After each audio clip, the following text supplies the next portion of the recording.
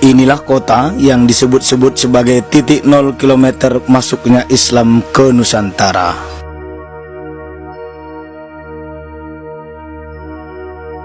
Dikenal dengan nama Fansur, ribuan tahun yang lalu kota ini sudah terkenal ke sentaro dunia sebagai penghasil kapur barus, cengkeh, dan kemenyan.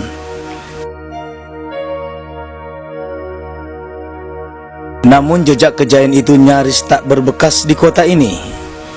Barus sebagai kota tua benar-benar terlihat tua dan jauh dari sentuhan pembangunan.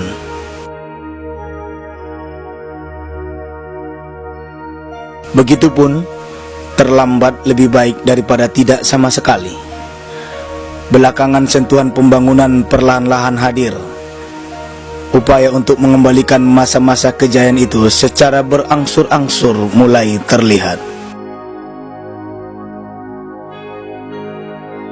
Setidaknya, baru sebagai bandar atau pelabuhan di zamannya dahulu, mulai dikembalikan dengan dibangunnya pelabuhan sebagai pusat perdagangan dan pelayaran di kota bertuah Barus Raya ini.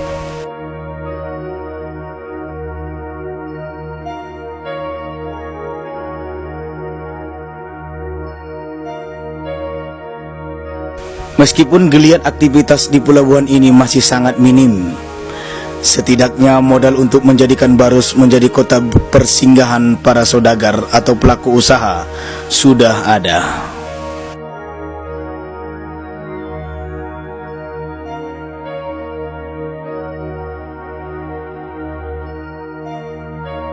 Sebagai kota sejarah, Barus memiliki sejuta cerita yang belum terungkap. Pemerintah, khususnya pemerintah pusat, harus berani mengambil inisiatif untuk mengelola Barus seserius mungkin. Peduli terhadap perkembangan Barus serta seluruh cerita besar yang ada di belakangnya akan berdampak pada pelurusan sejarah dan meningkatkan taraf hidup masyarakat sekitarnya.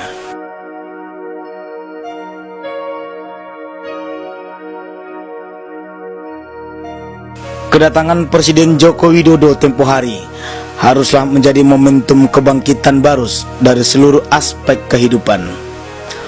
Kontroversial masuknya Islam ke Nusantara tentu akan terjawab dengan sendirinya dengan dimulainya kembali geliat kejayaan Barus seperti masa-masa silam.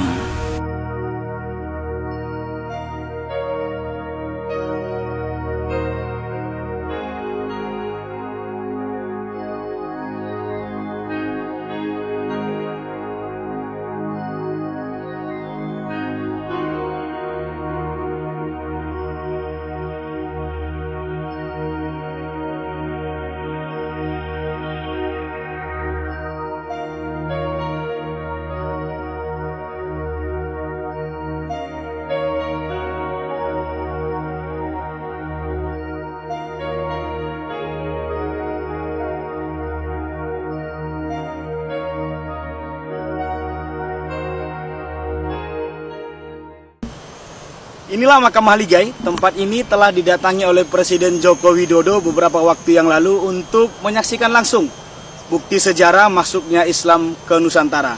Di makam Haligai ini telah ditemukan beberapa literatur sejarah. Salah satunya adalah batu nisan yang bertuliskan tarikh 44 Hijriah milik Al-Mukarram Syekh Rukunuddin. Ini membuktikan bahwa memang pada tahun 44 Hijriah atau 661 Masehi, Islam telah sampai ke negeri Al-Fansuri ini atau Barus ini. Meskipun masih sangat kontroversial, tetapi bukti sejarah ini amat sulit untuk dibantah. Satu hal yang mungkin tidak bisa kita bantah dan hampir di semua literatur sejarah tertulis bahwa sejak zaman Nabi Musa alaihissalam, Barus ini sudah dikenal oleh masyarakat dunia. Ada satu hal yang diyakini bahwa bahan-bahan pengawet yang digunakan untuk mumi Fir'aun itu diambil dari Barus.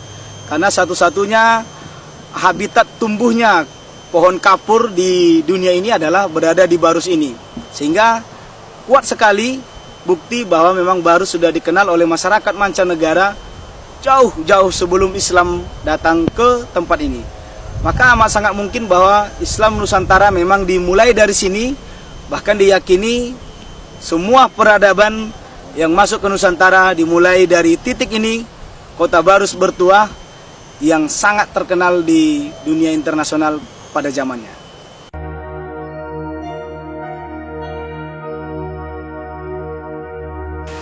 Itulah sepenggal kisah Barus yang tentu saja masih ditanggapi berbeda oleh sebahagian orang.